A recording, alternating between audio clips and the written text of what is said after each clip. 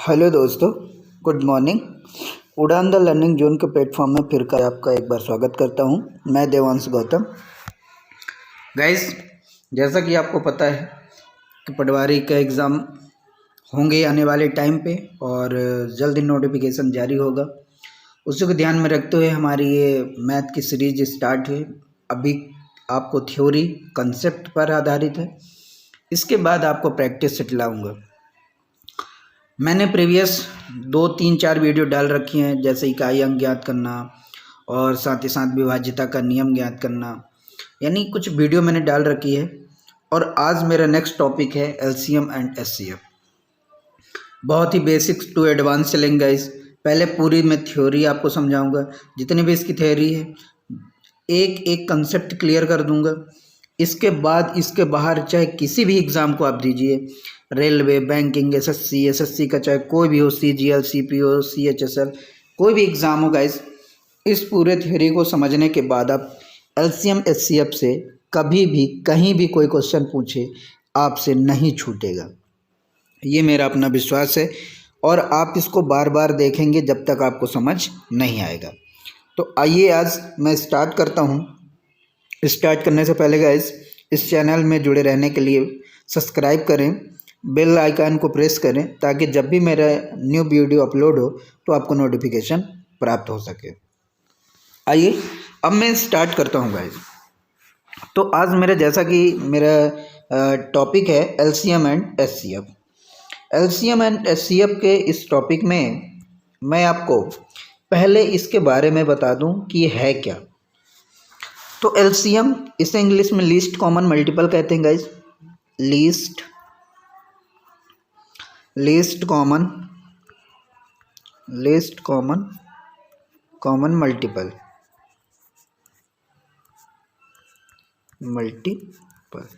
List common multiple. Hindi में इसी को कहते हैं गाइस कि लघुत्तम समापवर्त। हिंदी में क्या बोलते हैं इसको? लघुत्तम समापवर्त। आइए मैं दिखाता हूँ आपको। लघुत्तम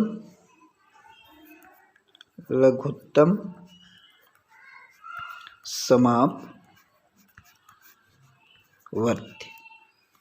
लघुत्तम समापवर्त।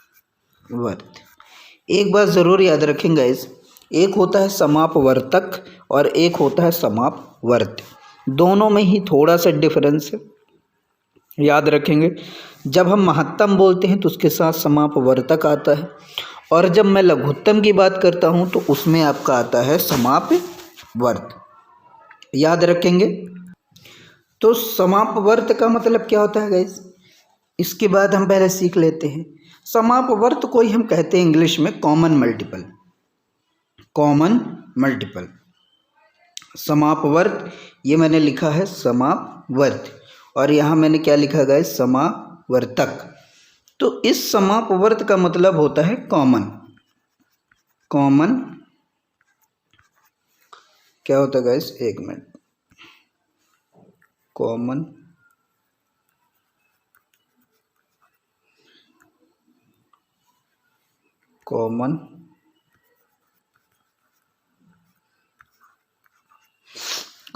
मल्टीपल।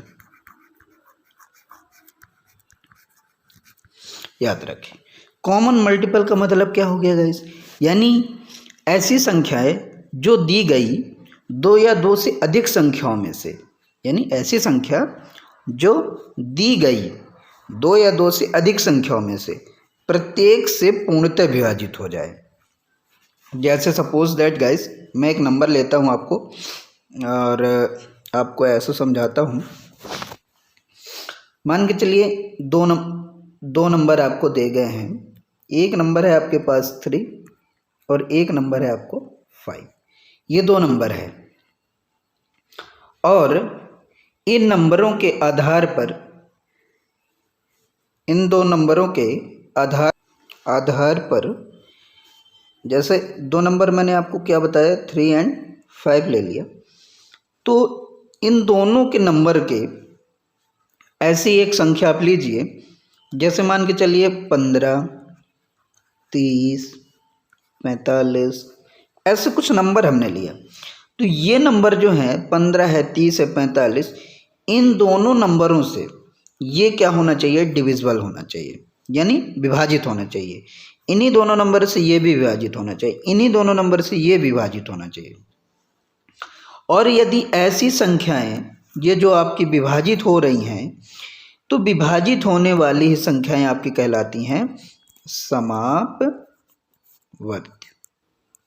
क्या कहलाती हैं गाइस, समापवर्ती। आई होप कि ये बात एकदम आपकी क्लियर हो गई होगी अब, राइट। आइए फिर से एक बार आपको समझा देता हूँ। जैसे मान के चलिए एक नंबर मैंने 3 ले लिया और एक नंबर 4 ले लिया, तो इन दोनों नंबरों से ये दी गई ना संख्याएं हमारी, यानी इन दोनों संख्याओं में से एक ऐसी संख्या आपको होनी चाहिए जो इन दोनों से विभाजित होना चाहिए। इन दोनों से कौन सी विभाजित हो सकती है, 12 आपकी विभाजित हो सकती है। 12 के बाद आपकी क्या विभाजित हो सकती है, तो आप कहेंगे 24 विभाजित हो सकती है। 24 के अलावा क्या विभाजित हो सकती है गाइस, 36 विभाजित हो सकती है, 48 विभाजित हो सकती है। यानी ये नंबर आपकी कौन सी संख्या कहलाती है, समापवर्त संख्या कहलाती है। आई होप कि अब बात आपको एकदम से क्लियर हो गई होगी। आइए अब मैं चलता हूँ आपको पुनः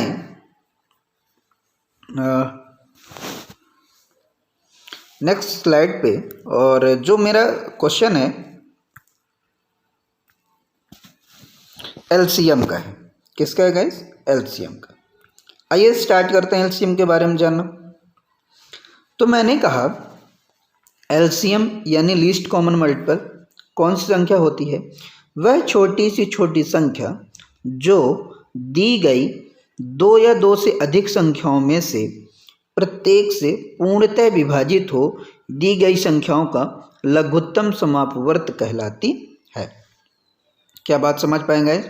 आइए फिर से एक बार आप समझिए। वह छोटी सी छोटी संख्या, यानी आपको क्या करना है, छोटी से छोटी संख्या ढूंढना है, उससे छोटी कोई संख्या नहीं होनी चाहिए। यानी पूरे आपके नंबर में वह सबसे छोटी संख्या हो जो दी गई संख्या, अब वो दी गई संख्या कितनी है, 2 है, 3 है, 4 है, डजंट मैटर, पर जितनी भी संख्याएं 2 या 2 से अधिक संख्याएं जो भी हों आपकी, उन संख्याओं से वो पूर्णतः विभाजित होनी चाहिए। जैसा मैंने आपको अभी बताया कि मान के चलिए मैंने ले लिया 3 और 5, पहले ही आपको बता दिया मैंने क्या लिया, 3 और 5। अभी 3 और 5 से वह सबसे छोटी संख्या आपको ढूंढना है जो इन दोनों से वह विभाजित हो जाए। क्या मैंने बोला, एक बार फिर से मैं रिपीट करता हूं, वह सबसे छोटी संख्या आपको ढूंढना है जो इन दोनों से ही विभाजित हो जाए, इन दोनों से विभाजित हो जाए। तो आप बोलेंगे सर इन दोनों से विभाजित तो 30 भी होता है। आप बोलेंगे सर इन दोनों से विभाजित तो 35 भी होता है। क्या होता है? नहीं होता है, सॉरी 45 होता है। आप बोलेंगे सर इन दोनों से तो 60 विभाजित होता है। अब बोलेंगे सर इन दोनों से तो 75 भी डिवाइड होता है। फिर एक बोलेगा सर एक तो 15 भी है जो इन दोनों से डिवाइड होता है। हाँ तो बिल्कुल ये है, लेकिन हमने क्या कहा, वह छोटी से छोटी संख्या, यानी सबसे छोटी इनमें से कौन सी है, तो आप बोलेंगे 15। तो एक कैंडिडेट और बोल सकता है, एक स्टूडेंट बोल सकता है क्या इससे छोटी कोई संख्या नहीं है जो इन दोनों से विभाजित हो जाए। तो माय डियर आप फाइंड आउट करो, क्या 1 से ये दोनों डिवाइड होते हैं, यानी 1 को ये दोनों क्या डिवाइड करते हैं, नहीं, आप बोलेंगे नहीं। मैं कहूँगा 2 को क्या ये दोनों डिवाइड करते हैं, तो आप बोलेंगे नहीं। मैं कहूँगा अच्छा चलिए बताइए ये दोनों क्या 3 को डिवाइड करते हैं, तो आप बोलेंगे यस, 3 तो डिवाइड करता है 3 को। तो क्या 5 भी करता है, नो। तो मतलब ये फिर नंबर नहीं हो सकती, दोनों डिवाइड होना चाहिए। फिर अगला बोलेगा 4, तो 4 तो किसी से नहीं होता। फिर आगे आएंगे 5, तो बोलेंगे यस 5 तो 5 को डिवाइड करता है। तो मैं कहूँगा फिर क्या 3 इसको डिवाइड करता है, तो आप बोलेंगे नहीं। तो मैंने क्या कहा, ये दोनों ही उसको डिवाइड करने चाहिए। तो फिर गाड़ी आपकी रुक गई। फिर बोलेंगे 6, तो 6 में क्या है 3 बस डिवाइड करेगा, 5 नहीं करेगा। ऐसे में कंटिन्यू चलता जाऊंगा 7 8 9 10 11 12 13 14 और अंत में जब मैं 15 पे आऊँगा तो ये दोनों ही नंबर इसको डिविजिबल कर देंगे। तो ये पूरे नंबर्स के सबसे छोटा नंबर है जो इन दोनों से ही डिविजिबल होता है और ऐसी ही संख्या हमारी एलसीएम यानी लघुत्तम समापवर्त संख्या कहलाती है। आई होप कि ये बात बहुत अच्छे से क्लियर हो गया होगा, अब किसी को कोई कन्फ्यूज़न नहीं रहेगा। तो मैंने एग्जाम्पल के तौर पर आपको दिखाई दिया, तो 3 और 5 का एलसीएम क्या हो गया 15 हो गया। और 15 क्या है, वह छोटी से छोटी संख्या है जो इन दोनों से विभाजित होता है और इससे छोटी कोई भी संख्या और हमारी दूसरी नहीं हो सकती। I hope clear. आइए अब अगले पे चलते हैं, एचसीएफ पे चलते हैं। एचसीएफ में जब चलेंगे हम तो आप देखेंगे कि ऐसी बड़ी सी बड़ी संख्या, अब इसमें क्या है जस्ट याद रखेंगे एचसीएफ यानी हाईएस्ट कॉमन फैक्टर, इसे बोलते हैं हाईएस्ट कॉमन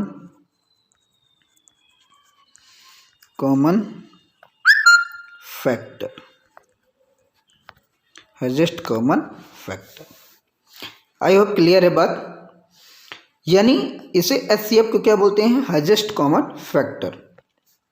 आइए बात करते हैं अब हम इसकी। तो ये क्या कहा कि ऐसी बड़ी सी बड़ी संख्या जो दी गई 2 या 2 से अधिक संख्याओं को पूर्णतः विभाजित कर दे। क्या कर दे गाइस, पूर्णतः विभाजित कर दे, दी गई संख्याओं का महत्तम समापवर्त कहलाती है। दी गई संख्याओं का महत्तम समापवर्त संख्या कहलाती है। क्लियर बात? आई होप कि बिल्कुल क्लियर हो गई होगी बात।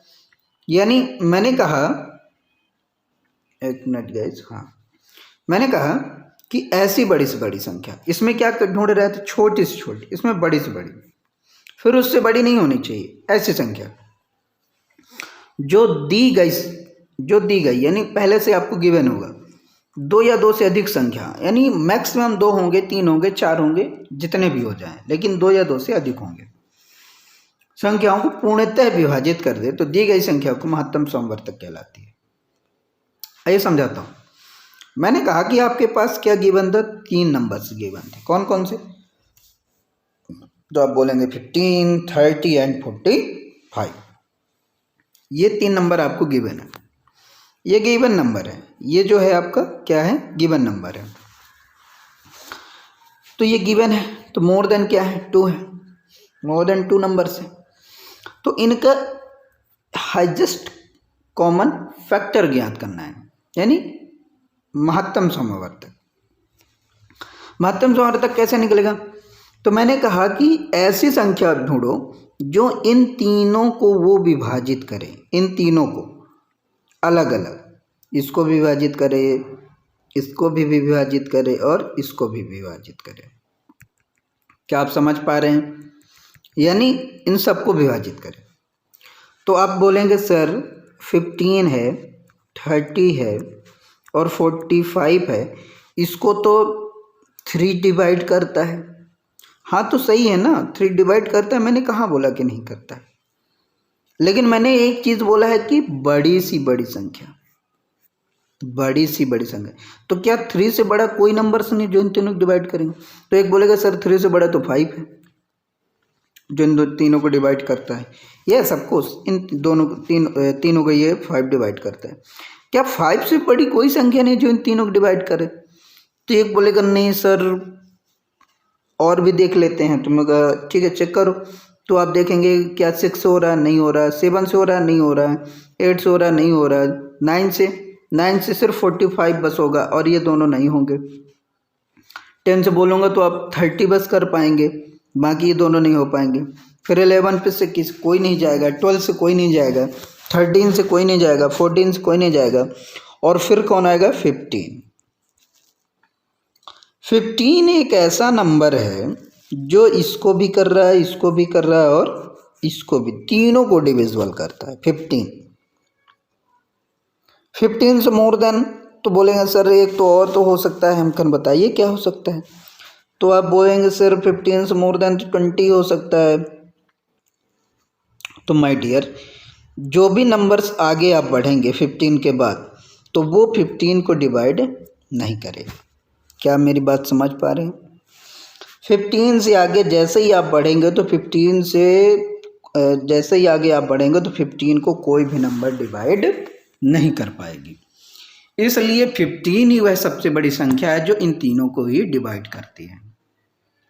आई होप एकदम क्लियर होगा, कोई भी बात आपसे आप कंफ्यूजन में न रहेगी। तो आपको जब भी एचसीएफ की बात होगी तो आपको बड़ी से बड़ी संख्या ढूंढना है, जब भी एलसीएम की बात होगी तो आप छोटी से छोटी संख्या ढूंढना है। बस क्लियर हो गया। एचसीएफ में ध्यान रखना है आपको कि ये गिवन नंबर होंगे 1 2 3 4 जो भी होंगे, तो इन तीनों को डिवाइड करने वाली सबसे बड़ी संख्या।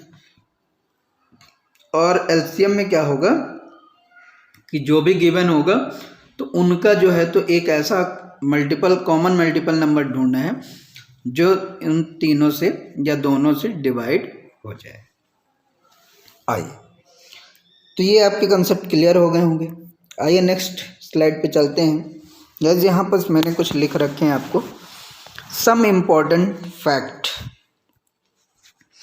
सम इम्पोर्टेंट फैक्ट, एक मिनट गाइस।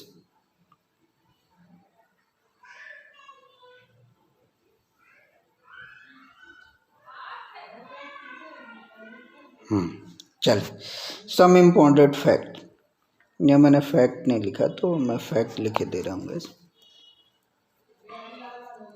फैक्ट्स, सब इम्पोर्टेंट फैक्ट्स।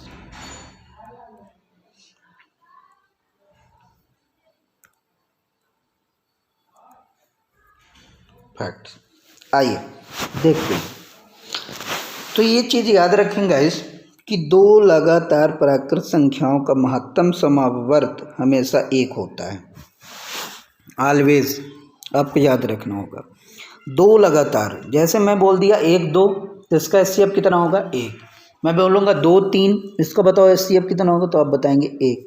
मैं बोलूँगा 3 4, तो एचसीएफ बताएंगे 1। मैं बोलूँगा 4 5, तो एचसीएफ होगा 6, सॉरी 1।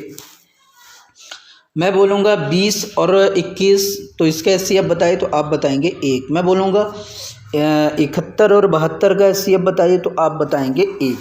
यानी कहीं भी कोई नंबर आ जाए, लगातार आ जाए, जैसे मैंने लिखा 71 और अगला लिख दिया 72, इन दोनों का एचसीएफ पूछ दे तो ऑलवेज 1, हमेशा और हमेशा कितना होगा, 1 ही होगा। तो ये पॉइंट याद रखेंगे कि दो लगातार प्राकृत संख्याओं का महत्तम समावर्त 1 होता है।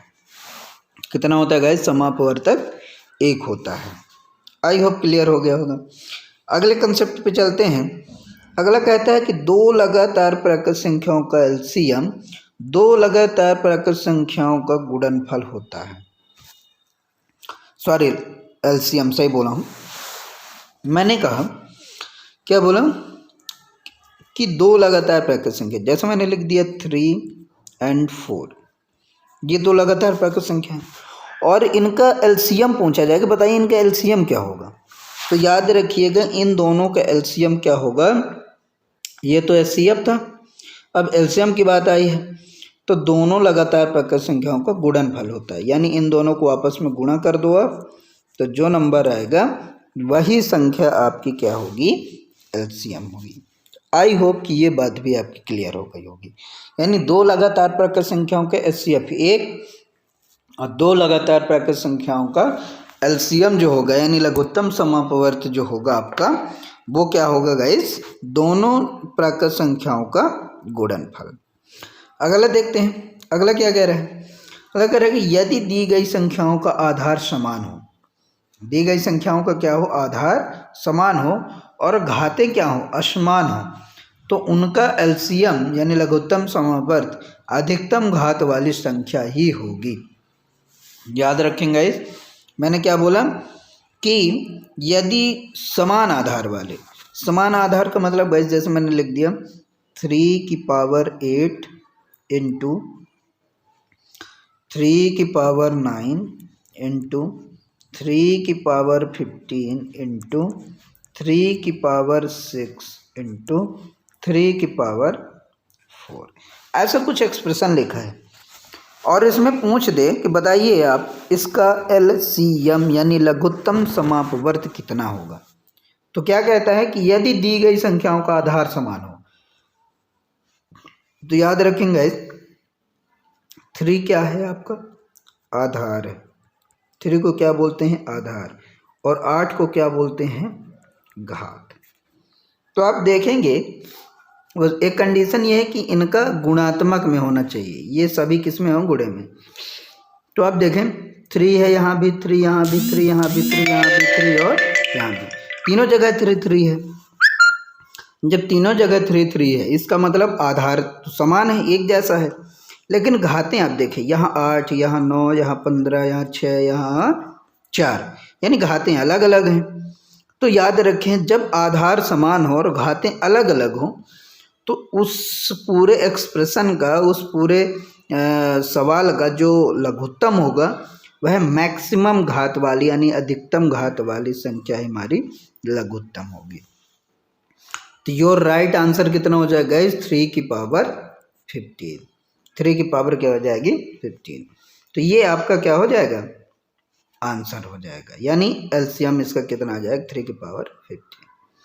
एक क्वेश्चन है और इसमें मैंने एग्जांपल के तौर पर यहाँ लिख रखा था। तो मैंने लिखा था 3 की पावर 7 इंटू 3 की पावर 12 इंटू ना हो के कामा भी कर सकते हो गाइस आप, यानी ऐसा कोई एक्सप्रेशन दे दे 3 की पावर 7 कॉमा 3 की पावर 12 कॉमा 3 की पावर 17 का LCM क्या होगा। तो जैसा मैंने कहा कि इनका बेस तीनों का इक्वल है, पावर अलग अलग है, तो जो मैक्सिमम पावर वाला होगा वही आपका LCM हो जाएगा। तो आई होप कि ये बात एकदम आपकी क्लियर हो गई होगी। तो योर राइट आंसर 3 की पावर 17। आइए नेक्स्ट कंसेप्ट पे चलते हैं। और अगला कहता है कि यदि दी गई संख्याओं का आधार समान हो और घातें असमान हो, दी गई संख्याओं का आधार क्या होगा समान हो और घातें क्या हो असमान हो, तो उनका महत्तम समावर्त न्यूनतम घात वाली संख्या होगी। अभी यहाँ क्या निकाल रहे थे LCM निकाल रहे थे, यहाँ क्या निकाल रहे थे गाइस LCM, और यहाँ क्या निकाल रहे हैं हम HCF यानी महत्तम समावर्त। सेम क्वेश्चन लेता हूँ मैं 3 की पावर 7, 3 की पावर 12 एंड 3 की पावर 17। अब इसका पूछ दे बताइए HCF क्या होगा। तो याद रखेंगे जब LCM निकालना होगा तो मैक्सिमम वाला ढूंढेंगे, और जब LCM HCF निकालना होगा यानी हाईएस्ट कॉमन फैक्टर यानी महत्तम निकालना होगा तो आपको न्यूनतम घात वाली संख्या आंसर होगी, यानी 3 की power 7 your right answer. I hope कि ये बात एकदम आपकी क्लियर हो गई होगी। तो ये कुछ की पॉइंट थे गाइस, इसको याद रखिएगा क्योंकि ये आपको बहुत हेल्प करेंगे आगे जब हम क्वेश्चन सॉल्व करेंगे। क्लियर। आइए अगले नेक्स्ट टॉपिक पे चलते हैं, और यहाँ कुछ और ही अलग सा है। अब भिन्नों का LCM तथा HCF ज्ञात करना।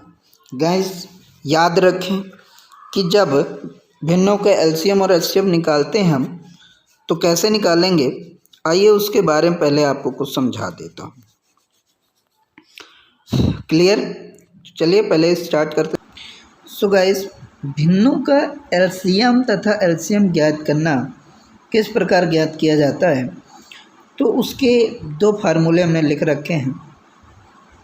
पहले भिन्नों का लघुत्तम यदि आपको निकालना हो कि यदि इस प्रकार आपके कोई क्वेश्चन दे रखा हो 1/2, 3/4 एंड 5/6, इस प्रकार कोई आपको क्वेश्चन दे रखा है और बोले कि आप इसका LCM बताइए कितना होगा, तो क्या करना है इस प्रकार सवालों को, अंशों का LCM लो आप, यानी इसका आपको क्या लेना है, इन तीनों का LCM लेना है।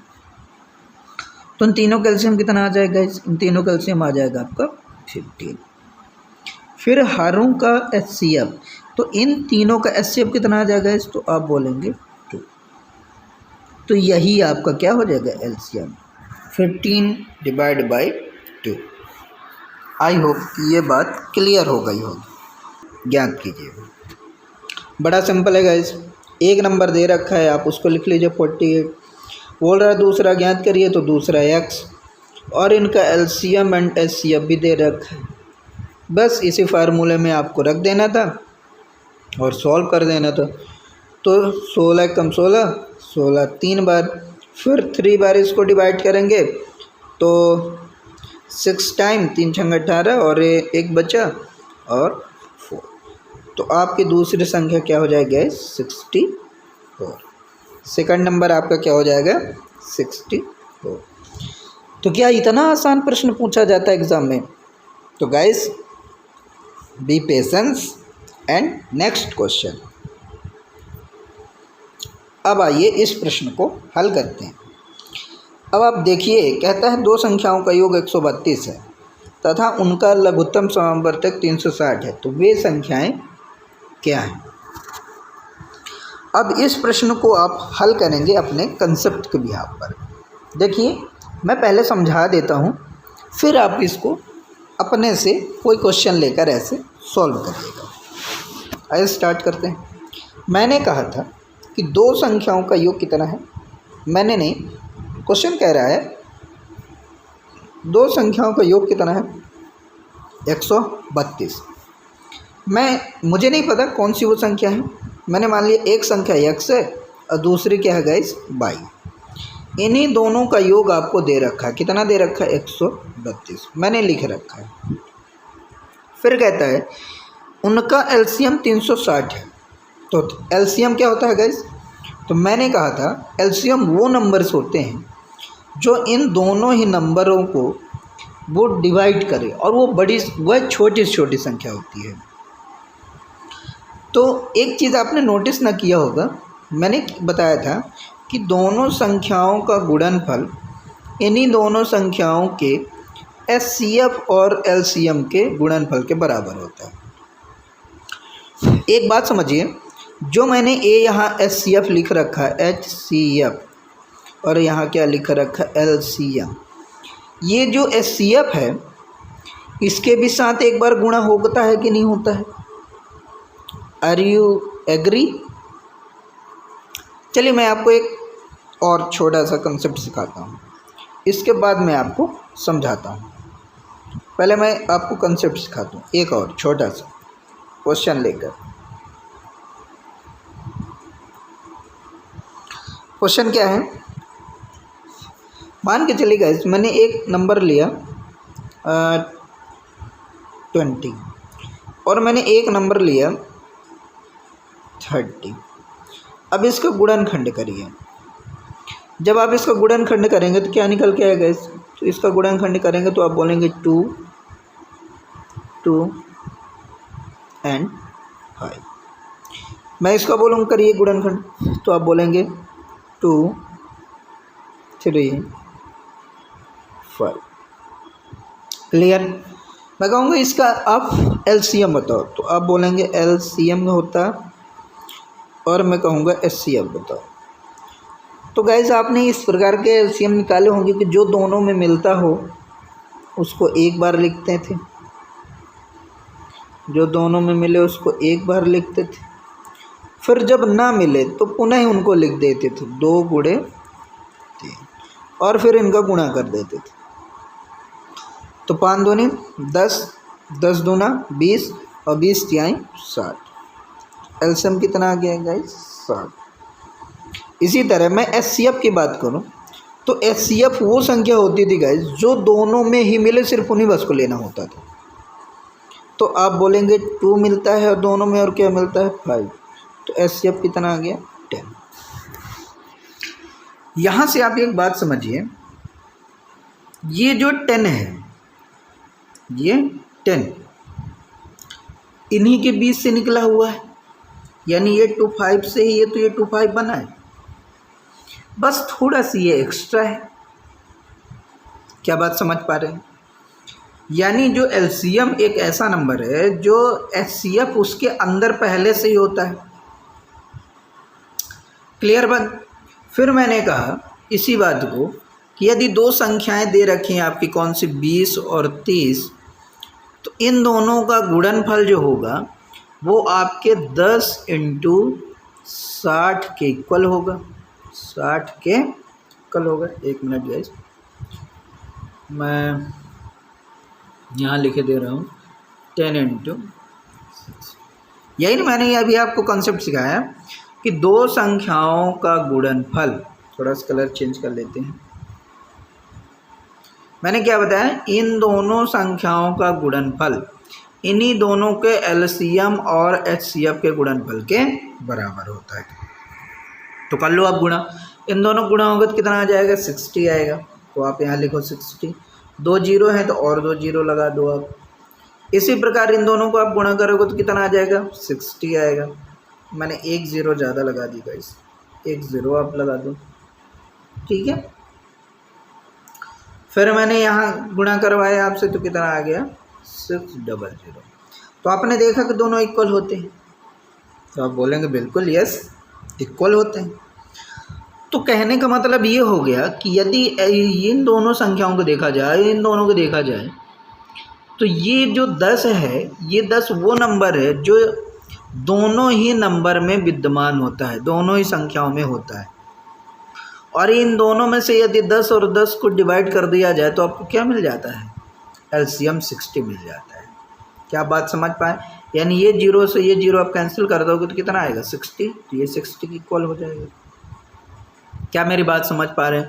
यानी एचसीएफ नंबर वो है जो इन दोनों में होता है और एलसीएम वो संख्या होती है जो एचसीएफ भी इसके अंदर होता है।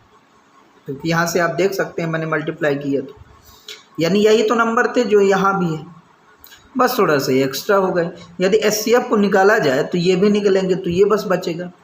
क्या बात आप समझ पा रहे हैं। तो आइए मैं फिर से मैं आपको अपने अपने क्वेश्चन पे चलता हूँ वापस। तो जो मेरा क्वेश्चन था, क्वेश्चन क्या था,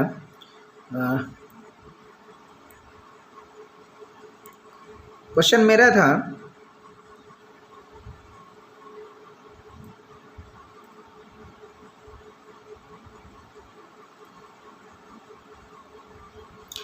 कह रहा था कि दो संख्याओं का योग, मैं लिख देता हूँ, दो संख्याओं का योग x प्लस y 132। फिर एचसीएफ बोल रखा था तो मैं ऐसा लिख सकता था कि x बाई इंटू 36।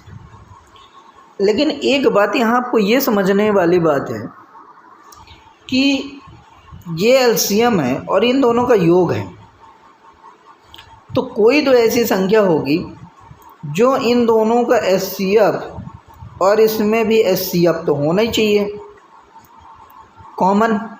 क्या बात समझ पा रहे हैं बात को, क्लियर। या मैं ये बोलूँ आपसे कि दो संख्याओं का योग, नोट करके आप इसको बिल्कुल याद रखिए गाइस, नोट बिल्कुल, और ये बहुत आपके काम देगा। दो संख्याओं का योग, दो संख्याओं का योग, दो संख्याओं का योग तथा उनके लघुत्तम तथा महत्तम, तथा उनके लघुत्तम तथा महत्तम, लघुत्तम तथा महत्तम, उन दोनों संख्याओं का भी महत्तम होता है। उन दोनों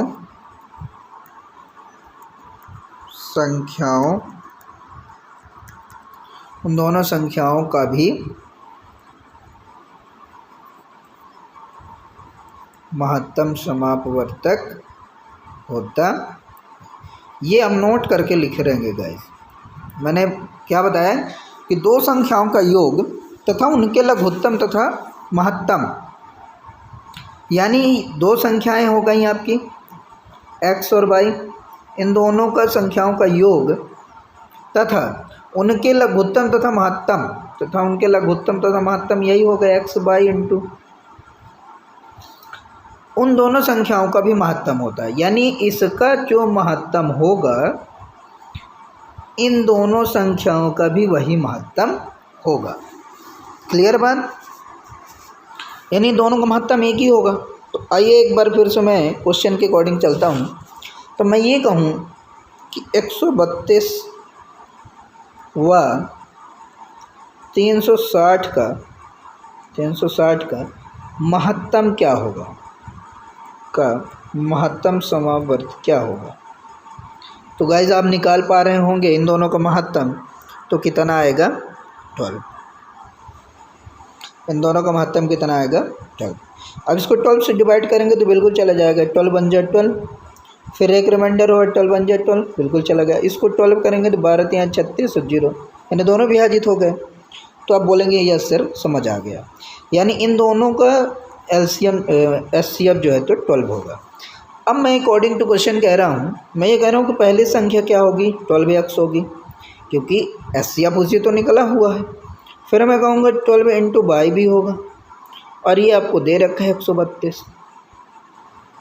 12 यदि मैं कॉमन कर दूँ तो क्या बनेगा आपका x प्लस बाई, और इधर ये डिवाइड हो जाएगा तो कितना आ जाएगा 11। तो आप इसको इक्वेशन नंबर फर्स्ट मान सकते हैं गाइस, बिल्कुल मान सकते हैं।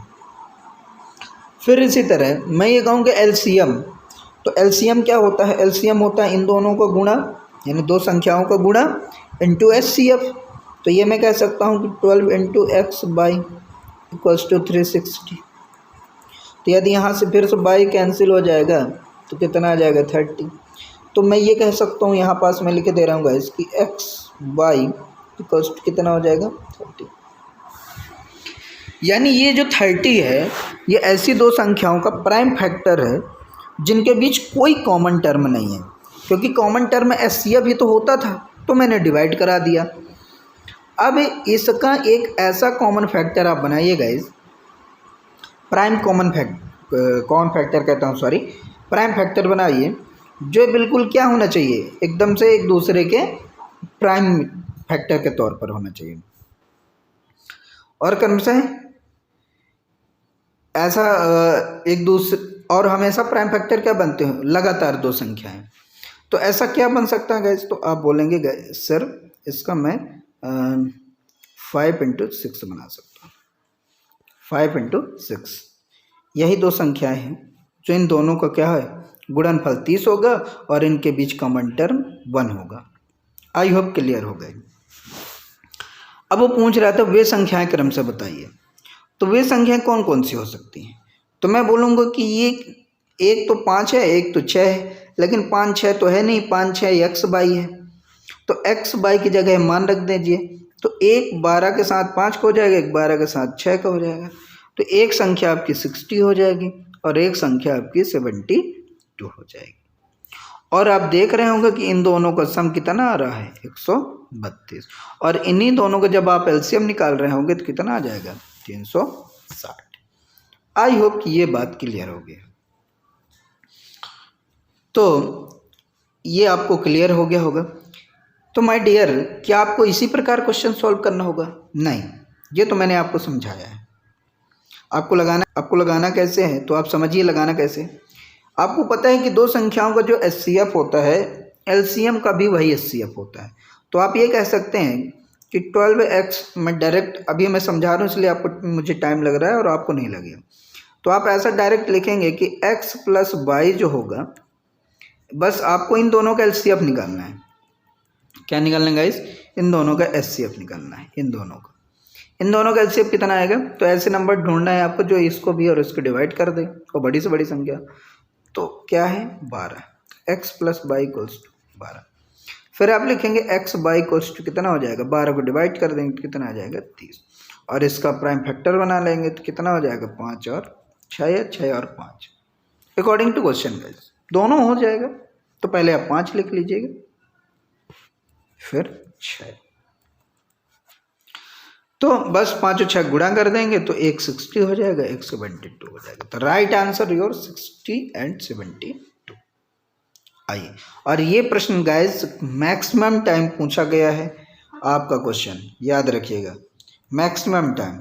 यानी ये क्वेश्चन आपके अभी ग्रुप 2 सब ग्रुप 4 का MP PB में पूछा गया था, यही क्वेश्चन ही था गाइस, याद रखिएगा। सेम क्वेश्चन उतार के रख दिया गया था। ये कई बार SSC ने पूछ रखा है, रेलवे ने पूछ रखा है। तो जब भी SC और SCF और LCM क्वेश्चन आते हैं तो ये क्वेश्चन जरूर रखा जाता है, तो इसको जरूर याद रखिएगा। आइए नेक्स्ट प्रश्न में चलते हैं। अगला क्वेश्चन आपका नेक्स्ट पैटर्न में, आइए नेक्स्ट कंसेप्ट पे है। ये बोल रहा है वह बड़ी से बड़ी संख्या ज्ञात कीजिए जिससे क्रमशः 29, 60 व 113 को विभाजित करने पर शेष फल क्रमशः 5, 12 व 17 प्राप्त हो। गाइस जब भी ऐसे प्रश्न आए तो अपने कंसेप्ट पे आप याद रखिए, क्वेश्चन को 2 बार पढ़िए, जब तक समझ ना आए तब तक पढ़िए, इसके बाद हल करिए। तो कहता है वही बड़ी से बड़ी संख्या, और याद रखिए बड़ी से बड़ी संख्या जब भी बात करें तो आपसे क्या कहना चाह रहा है, वो क्या निकलवा रहा है आपसे, SCF। क्या निकल पा रहा है guys, SCF। I hope clear. तो कह रहा है वह बड़ी से बड़ी संख्या ज्ञात कीजिए जिससे मतलब किसे कह रहा है, जो बड़ी से बड़ी संख्या है, यानी जिससे क्रमशः इतने और इतने और इतने को विभाजित करने पर शेष फल क्रमशः 5, 12 व 17 प्राप्त हो। यानी आपको वह बड़ी से बड़ी संख्या प्राप्त करना है और उसी बड़ी संख्या से आपको विभाजित भी करना है इन तीनों संख्याओं को। किसको विभाजित करना है, इन्हीं तीनों संख्याओं को आपको विभाजित करना है। क्या मेरी बात आप समझ पा रहे हैं? यानी वह बड़ी से बड़ी संख्या आपको ढूंढना है, वो कौन सी बड़ी संख्या है, और जब आपको वो संख्या मिल जाए तो उसी संख्या से इन तीनों को विभाजित करा देना है, और विभाजित करने पर ये क्रमशः बचने चाहिए। क्या मेरी बात आप समझ पा रहे हैं? जब भी ऐसा प्रश्न है गाइस, आपको कुछ नहीं करना है, तुरंत आप उठाइए और जो नंबर दे रखे हैं क्रमशः उनको उसी से माइनस कर दीजिए। क्या मेरी बात समझ पा रहे हैं आप? और आई होप मैं समझ पा रहा हूँ कि आप बिल्कुल समझ पा रहे होंगे। और ये आपके माइनस कर देना। क्यों माइनस कर रहे हैं गैस? मैं कहता हूँ कि ये आपका 17 है और मैं कहता हूँ आप 3 से डिवाइड करो, तो आप डिवाइड करो।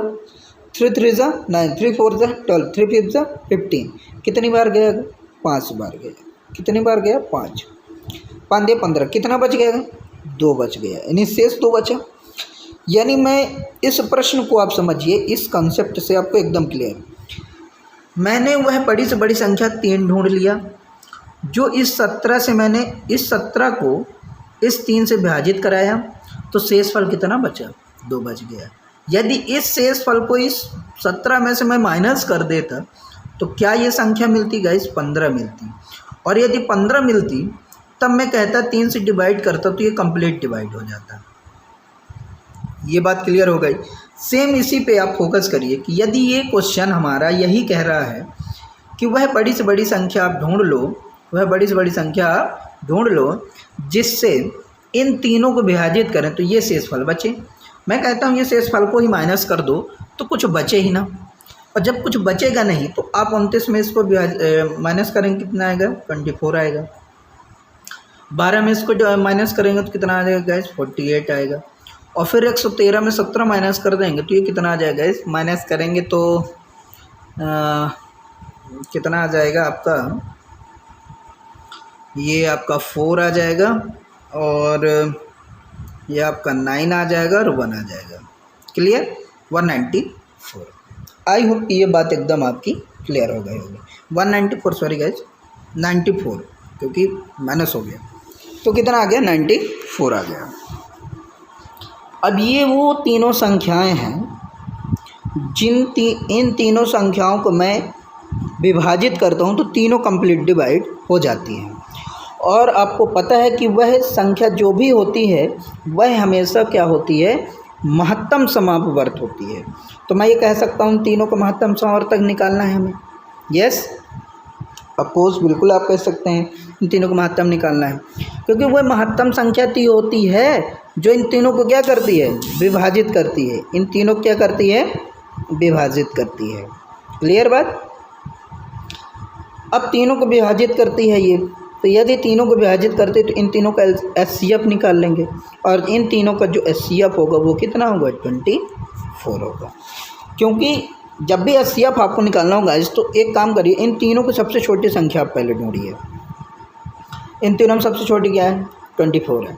अब आप देखिए क्या 24 इन दोनों को डिवाइड करता है, यदि करता है तो वही आपकी HCF है। ये एक आपका लॉजिक है, यानी ये 24 को उठाइए, इसको देखिए और इसको देखिए, क्या इन दोनों को विभाजित है? हाँ, तो बिल्कुल 24 दूनी 48, 24 चौको 96 होता है।